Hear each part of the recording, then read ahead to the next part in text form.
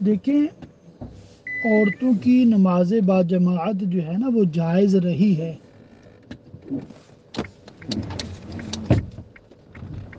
جس طرح حدیث پاک میں آتا ہے کہ سیدنا عمر فاروق اعظم رضی اللہ تعالیٰ عنہ نے صحابہ کرام علیہم رضوان کی مشاورت سے عورتوں کو با جماعت نماز سے روک دیا. تو یہ مسئلہ سیدہ عائشہ رضی اللہ تعالیٰ عنہ کی بارگاہ میں پیش کیا گیا تو آپ نے فرمایا، جو مفہوم میں عرض کر رہا ہوں آپ کو، کہ سیدنا عمر رضی اللہ تعالیٰ عنہ نے درست فرمایا ہے. اگر عورتوں کی حالات جو اب ہیں، نبی کریم صلی اللہ علیہ وآلہ وسلم ملاحظہ فرماتے تو وہ بھی عورتوں کو اسی طرح منع کر دیتے مساجد سے جس طرح بنی اسرائیل کی عورتیں روک دی گئی تھیں.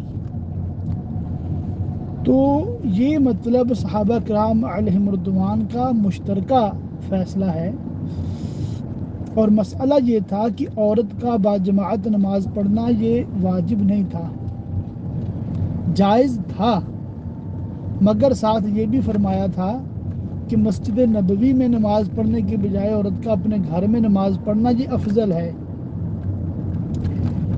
اس کے باوجود نبی پاک علیہ الصلوۃ والسلام کے دور میں واقعی عورتیں با جماعت نماز پڑھتی تھیں. تو ترکیب یہ ہوتی تھی کہ پہلے مردوں کی صفیں ہوتی تھیں، پھر بچوں کی اور بعد میں عورتوں کی، اور اس چیز کا اہتمام ہوتا تھا کہ مرد پہلے داخل ہو جاتے، صفیں بنا لیتے، پھر بچے اور پھر عورتیں مطلب ان کے پیچھے، اور سلام پھیرنے کے بعد مرد اپنی جگہ سے اٹھتے نہیں تھے، پہلے عورتیں اٹھ کر چلے جاتی گھروں کو اور پھر مرد اٹھتے تھے اور سنتیں اور بقیہ نوافل گھروں میں پڑھتے تھے. تو بڑا ایک اہتمام ہوتا تھا. تو بعد میں ظاہر ہے لوگوں کے حالات وہ نہیں رہے جو نزول وحی کے وقت ہوتے تھے. نبی پاک صلی اللہ علیہ وآلہ وسلم کے سامنے ہوتے تھے. تو تب سے لے کر اب تک امت مسلمہ کے سبھی علماء اسی پر عامل ہیں، عمل کرتے ہیں کہ عورتیں گھروں میں نماز پڑھتی ہیں. سمجھے بات کو؟ تو یہ عین شریعت ہے، قرآن و حدیث کے بالکل مطابق ہے، اور اس میں کوئی شک و شبہ کی گنجائش نہیں ہے.